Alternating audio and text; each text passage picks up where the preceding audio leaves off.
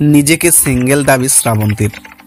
রাজশ্রী দে পরিচালিত সাদা রঙের পৃথিবীর সিংহভাগ শুটিং হয়েছে বেনারসে। সম্প্রতি মুক্তি পাওয়া সেই ছবির অভিনয় পর্ব হয়ে গেল গঙ্গাবক্ষে, যার প্রধান চরিত্রে অভিনয় করছেন শ্রাবন্তী চ্যাটার্জি। সেই প্রচারে তিনি সংবাদের মাধ্যমে মুখোমুখি হন। তার কাছে জানতে চাওয়া হয় চলতি বসন্ত কেমন কাটছে।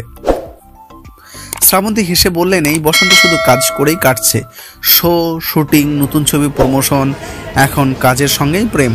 25 বছরের বেশি কাটিয়ে ফেললেন ইন্ডাস্ট্রিজে।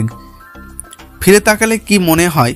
অভিনেত্রী বলেন যে অনেক কিছু দেখলাম, এত ছোটবেলা থেকে এই ইন্ডাস্ট্রিতে কাজ করছি, একটা সময় সিরিয়ালও করেছি। অভিনয় আমার রন্ধে রন্ধে, প্রচুর স্ট্রাগলও করেছি। 16 থেকে 17 বছরে মা হয়েছি। পরিবারের সাপোর্ট ছাড়া কিছুই করতে পারতাম না। সাদা রঙের পৃথিবী মুক্তি পেল, কেমন লাগছে?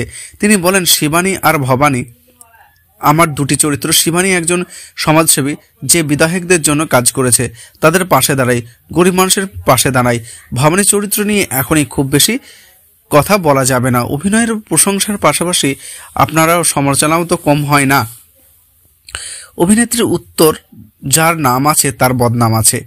একসময় এগুলো খারাপ লাগতো, এখন কিছু যায় আসে না।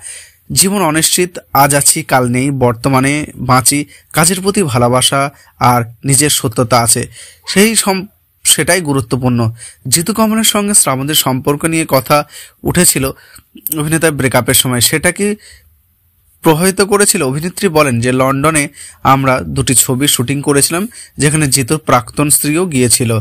ওর সঙ্গে আমি অনেক ঘুরেছি। যখন আমাকে নিয়ে এই কথা উঠেছিল, আমি খুব হেঁটেছিলাম। আমি জানি সত্যিটা কি। এরকম কোনো ব্যাপার নয়। আমি আসলে এখন কোনো সম্পর্ক নেই, একদম সিঙ্গেল।